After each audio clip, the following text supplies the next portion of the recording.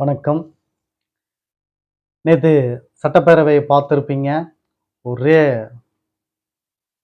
என்னமோ சொல்ற மாதிரி ரகளையும், அமளி துமளியும் அடிக்காத குறை தான். மீதி எல்லா நிகழ்வும் நடந்துச்சு வந்து. ஆ சுருக்கமா சொல்லணும்னா, சட்டப்பேரவையோட மாண்பே கெட்டு குட்டிச்சுவரா போச்சு. அந்த சட்டப்பேரவைன்னே அத சொல்ல முடியாது. ஏதோ ஆ ரகளை மன்றம் அப்படின்னு சொல்லி, ரகளப்பேரவை அப்படின்னு சொல்ற அளவுக்கு உண்டான ஒரு சூழல நேத்து வந்து ஏற்படுத்தி குடுத்துட்டாங்க 2 கட்சிக்காரர்களும். யார் மேல இதுல குற்றச்சாட்டு அப்படின்னு சொல்லி பார்த்தீங்கன்னா, மக்கள் எல்லாம் தெளிவா புரிஞ்சு வச்சிருக்காங்க. திமுக கட்சி மேல தான் குற்றச்சாட்டுகள் அதிகமா வைக்கிறாங்க. அவங்க எந்த ஒரு பிரச்சனைனாலும் சீட்ல உட்காரவே மாட்டேங்கிறாங்க.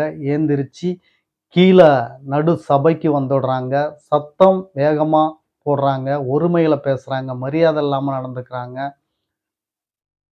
இவையெல்லாம் வந்து சட்டப்பேரவையில் நடக்கக்கூடிய கண்ணியமா, மாண்பா அப்படின்னு சொல்லி மக்கள் கேள்வி கேட்குறாங்க. ஏன்னா, உங்களுக்கு தான் ஒண்ணும் இல்ல. நேரலை நடக்குது அப்படின்ற ஒரு தார்மீக அறிவு கூட இல்லாம நீங்க வந்து செய்யக்கூடிய அமளி துமளிகள் உலகெங்கும் வாழும் தமிழ் வாழ் மக்கள் அத்துணை பேரும் பார்த்துக்கிட்டு இருக்காங்க. உலகமே உற்று நோக்குது அப்படின்ற ஒரு தார்மீக அறிவு கூட இல்லாம நீங்க இந்த மாரி நடந்துகிட்டு இருக்கீங்கன்னா, உங்கள மக்கள் எந்த அளவுக்கு புரிஞ்சிருக்காங்க, புரிஞ்சு வச்சுப்பாங்க, எந்த அளவுக்கு கோவத்துல இருப்பாங்க அப்படின்றத நீங்க தயவு செஞ்சு புரிஞ்சுக்கணும்.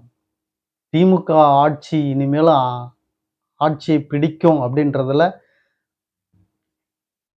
மக்கள் தீர்ப்பு இனி உங்களுக்கு எதிர்ப்பாக தான் இருக்கும். நீங்க ஆட்சியை பிடிக்கிறதெல்லாம் இனிமேலும் குதிரை கொம்பு அப்படின்னு சொல்லக்கூடிய ஒரு நிலை தான் வந்து நேற்று உங்களது நடவடிக்கையை பார்த்து மக்கள் அவ்வளவு கோவத்துல இருக்காங்க.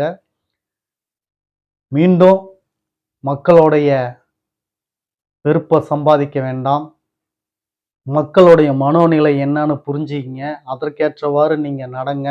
அப்பனாதான் நீங்க மக்களுடைய அன்பையும், ஆதரவையும் பெற்று ஆட்சி அமைக்க முடியுமே தவிர, நீங்க செய்யக்கூடியது, பண்ணக்கூடியது, பேசக்கூடியது, நடக்கக்கூடியது அத்தனையும் மக்களுக்கு எதிராக தான் நீங்க செஞ்சிட்டு இருக்கிறீங்க. அப்படின்றத எப்ப நீங்க புரிஞ்சுக்கிறீங்களோ, அப்பதான் உங்களுக்கு அரசியல்ல ஏறுமுகமா அமையும். அப்படின்றது பார்த்துக்கிட்டு இருக்க மக்கள் இந்த கருத்துல உண்மையா, பொய்யா அப்படின்றத நீங்க கமெண்ட் பண்ணுங்க. உங்களுடைய கருத்துக்களையும் நீங்க கமெண்ட்ல சொல்லுங்க. மீண்டும் அடுத்த பதிவுல சந்திக்கிறேன். நன்றி, வணக்கம். நான் அருள்ராம்.